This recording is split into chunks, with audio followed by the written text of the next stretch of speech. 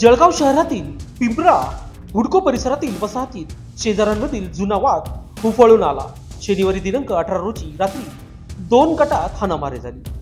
याबाबत रामानंद नगर पोलिसात गुन्हाही नोंदविण्यात आला, मात्र पोलिसांनी वेळीच समज दिली नाही।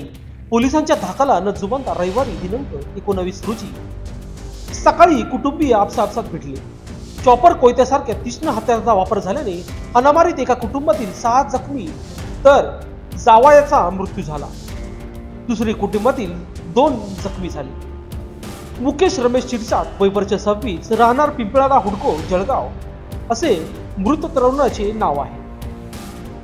पिंपळाला हुडको परिसरातील शिरसाट आणि बनसोडे कुटुंबियात 4-5 वर्षांपासून वाद आहे। याच वादातून शनिवारी दोन्ही कुटुंबियात हाणामारी झाली। याबाबत रामानंद नगर पोलिसात गुन्हा दाखल झाला असून रामानंद नगर पोलिसांनी तक्रारीची वेळीच योग्य दखल घेतली नाही। किरकोळ वाद म्हणून दुर्लक्ष केल्याने रविवार उजळताच शिवीगाळीला सुरुवात होऊन पुन्हा भांडणे झाली। 7 ते 8 जणांनी चॉपर कोयता चाकू आणि लाकडी काठ्या दगडे घेऊन शिरसाट कुटुंबियावर हल्ला चढविला। या हल्ल्यामध्ये त्यांचा गतप्राण झाली आहे। न्यूजसाठी विशेष प्रतिनिधी जळगाव।